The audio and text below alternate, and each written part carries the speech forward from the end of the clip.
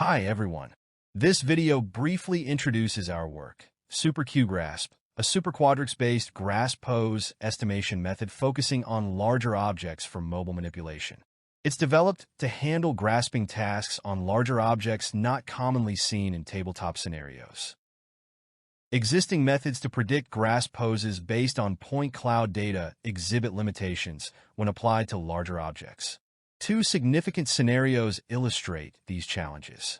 First, when a larger object, such as a chair, is captured by a depth sensor, the resulting point cloud often provides an incomplete representation of the object. Consequently, grasp poses derived from such incomplete observations are likely to be invalid. Second, even when the model utilizes the complete point cloud as input, it may still fail to generate effective grasp poses, as the model is typically not trained on objects with larger geometries, such as the aforementioned chair. To address these challenges, we introduce SuperQ-GRASP, a geometric-based method for grasp pose estimation that identifies valid grasps more closely aligned with a specified query pose.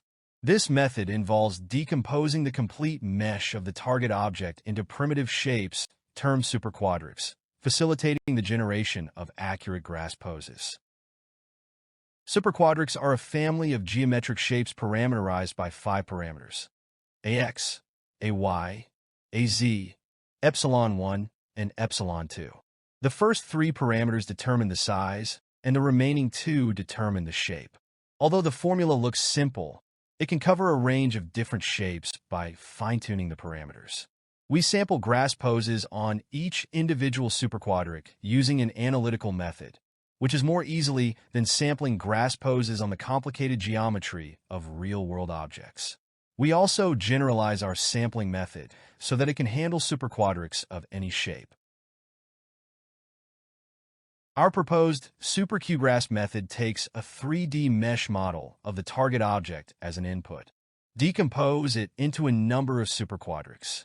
With an analytical method, we can then sample a number of grasp poses on each of the superquadrics.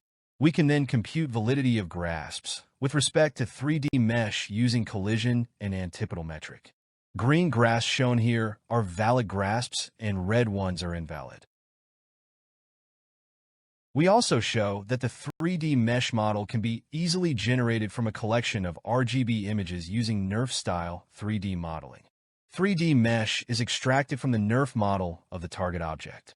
This way we can easily generate mesh models of the objects in our environment in advance.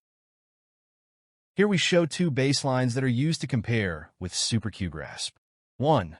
Contact grasp net given a single observation of the target object. 2. Contact grasp net given complete mesh or complete point cloud of the target object. Finally, we showcase our SuperQ-GRASP method, which is given the complete mesh of the target object. Note that these are the grasps with respect to a query pose, which in our case will be the current gripper pose. Our quantitative experiments show that we outperform these baselines in estimating valid and closest grasps from a query pose. And here are the results on more objects.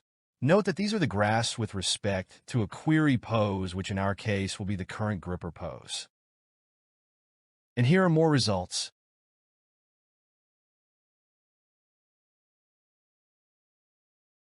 We also validate the effectiveness of our pipeline through real-world experiments. At the beginning, the user rotates the chair to a random pose and commands the robot to grasp it. The robot will firstly capture an image to detect the object.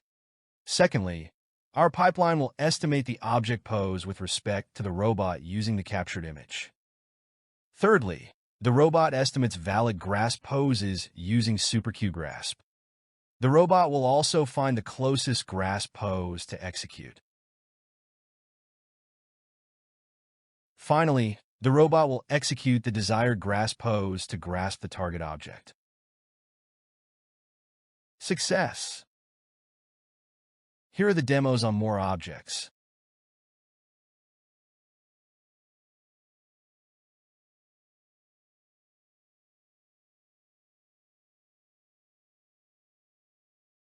For more results, visit our webpage.